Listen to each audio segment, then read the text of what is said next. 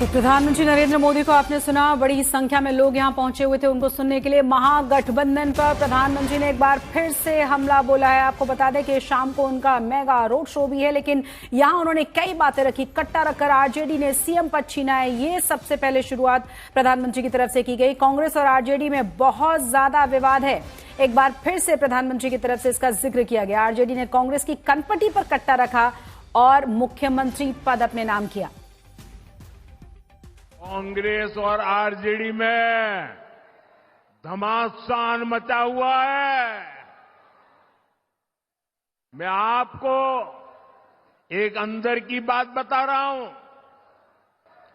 नामांकन वापस लेने से एक दिन पहले बिहार में बंद कमरे में गुंडागर्दी का खेल खेला गया था। कांग्रेस कभी नहीं चाहती थी कि सीएम पद पर आरजेडी के नेता का नाम तय हो, लेकिन आरजेडी ने भी मौका छोड़ा नहीं। आरजेडी ने कांग्रेस की कनपट्टी पर कट्टा रखकर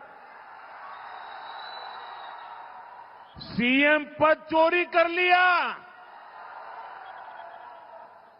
घोषणा करवा के रहे, फिर जबरदस्ती कांग्रेस से सीएम उम्मीदवार को समर्थन की घोषणा कराई गई, कट्टा रख करके।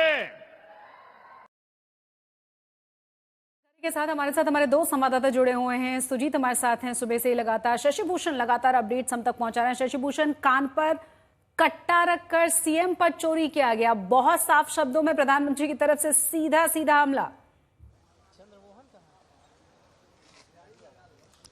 बिल्कुल सीधा हमला और जंगलराज की चर्चा, साथ ही साथ ये इस बात की चर्चा कि जो महागठबंधन है, विपक्षी गठबंधन है, उसके अंदर सब कुछ ठीक नहीं है। जिस तरह से तेजस्वी यादव को सीएम कैंडिडेट डिक्लेयर किया गया, उसके पीछे की एक कहानी जो प्रधानमंत्री ने आज अपने संबोधन में बताई है, वो निश्चित तौर पे आगे आने वाले दिनों में बिहार के चुनाव के अंदर सियासी बयानबाजी का एक केंद्र जरूर बनेगा, ये तय है शशि। और सबसे अहम बात, प्रधानमंत्री आरा में जिस जनसभा को संबोधित कर रहे थे, वहां उन्होंने दो बातों का जिक्र किया। पहला ये कि लालटेन की अब वापसी कोई नहीं चाहता है, इंडस्ट्री या जो भी औद्योगिक इंफ्रास्ट्रक्चर है उसके लिए कोई लालटेन देख करके वापसी नहीं चाहेगा। और दूसरा, लाल झंडे की उन्होंने चर्चा की है। बहुत गौर करने वाली बात है, लाल झंडा मतलब भाकपा माले, जिसका प्रभाव इस पूरे इलाके में है।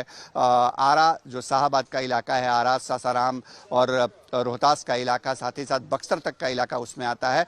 इस पूरे रीजन में आरजेडी की सबसे मजबूत सहयोगी जो है वो भाकपा माले है, और इसीलिए प्रधानमंत्री के निशाने पे लाल झंडा भी रहा है, क्योंकि लाल सलाम और भाकपा माले का सिंबल वही है।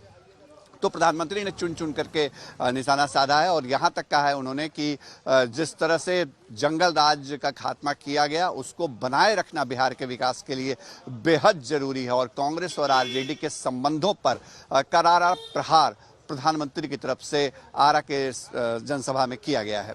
शशि, हाँ, बने रहे हमारे साथ। सुजीत का हम रुक करेंगे। सुजीत, हम सुबह से वैसे भी देख रहे हैं जंगल राज, और ये जंगल राज बहुत बड़ा मुद्दा है वैसे भी इस इलेक्शन में, खासतौर से प्रधानमंत्री की तरफ से भी उसी तरफ इशारा किया गया। और साथ ही साथ उन्होंने कहा कि आज वैसे भी पूरा शाम नरेंद्र मोदी के नाम है, एक और सभा करनी है, शाम को मेगा रोड शो है, जहां कहा जा रहा है कि हजारों की संख्या में लोगों का पहुंचना भी शुरू हो चुका है। बिल्कुल, प्रधानमंत्री जिस तरह से दौरा कर रहे हैं, और लगातार कल भी उनकी रैली है 2 जगहों पर, और आज रोड शो है पटना में। उन इलाकों से है जो काफी डेंस इलाका है, घनी आबादी है, जहां पर राजेंद्र नगर से लेकर बाकरगंज तक, तो वो उस इलाके में वो रोड शो करेंगे। तो कहने का मतलब ये है कि देखिए, एनडीए ने जो रणनीति बनाई है उसके तहत एक है कि जंगल राज को कभी खत्म नहीं करना, जब जंगल राज के मुद्दे को कभी खत्म नहीं करना है। और इसी के सिलसिले में प्रधानमंत्री ने जो बातें कही है कि कनपट्टी पर कट्टा रख के, ये कुछ वैसे तो मतलब पता नहीं कोई देखा कि नहीं देखा, लेकिन ये बात जरूर है कि कुछ दोनों के अंदर, आरजेडी और कांग्रेस के अंदर कुछ गलतफहमियां थी, और टिकट बंटवारे के बीच में तो ऐसी भी खबर हम लोगों के बीच में आई कि बातचीत बंद हो गई थी बीच में।